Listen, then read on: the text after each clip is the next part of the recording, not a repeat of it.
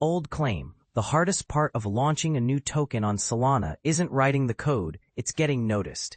And this is the part most people miss. Without early, visible on-chain activity, even solid projects can vanish in the listings. Boost Legend's Solana Volume Bot mimics organic trading on-chain to help brand-new SPL tokens overcome the dreaded cold start.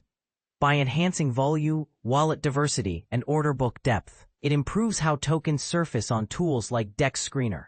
In one example, 250K in simulated volume over 90 minutes led to 380K in real trading shortly after, and a 6x price jump. It uses fresh wallets and interacts only with public liquidity pools. There have been no blacklisting issues to date, according to the team. Projects can try it free and upgrade to paid plans, aiming to build early traction while maintaining transparency and market integrity. Launching an SPL token on Solana is fast and inexpensive.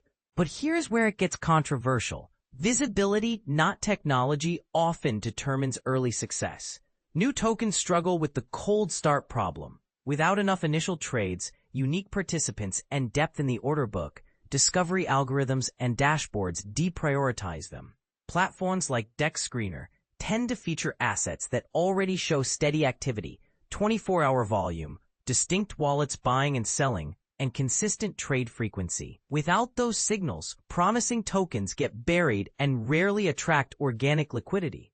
Enter Boost Legend's Solana Volume Bot, a tool built to simulate realistic on-chain activity for new SPL assets. Rather than spoofing data, it executes real transactions across decentralized exchanges such as Radium, Meteora, and Pump.Fun using newly generated wallets.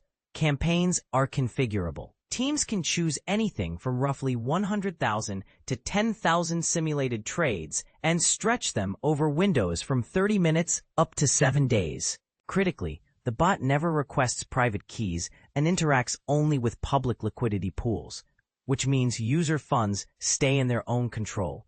What does it actually improve? The bot targets the metrics discovery engines watch most closely: 24-hour volume, unique buyer counts, price impact depth, and trade cadence. These signals collectively hint at legitimacy and encourage real traders to take a look. In a small case study with a fictional token dubbed meme RNR, the system injected about 250,000 in simulated volume across 90 minutes.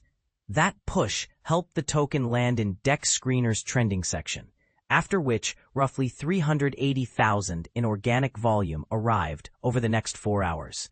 Notably, the price climbed roughly 6 times while using only a small portion of the initial supply, an illustration of how visibility can catalyze real demand. How it works operationally. Users can seed a temporary address with a budget or, during the free trial, leverage funds provided by the service.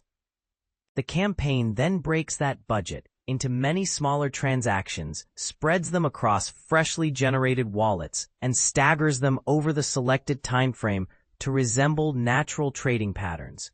A live dashboard tracks every operation with verifiable on-chain transaction IDs, no staged screenshots, so teams can monitor performance and share proof with their communities.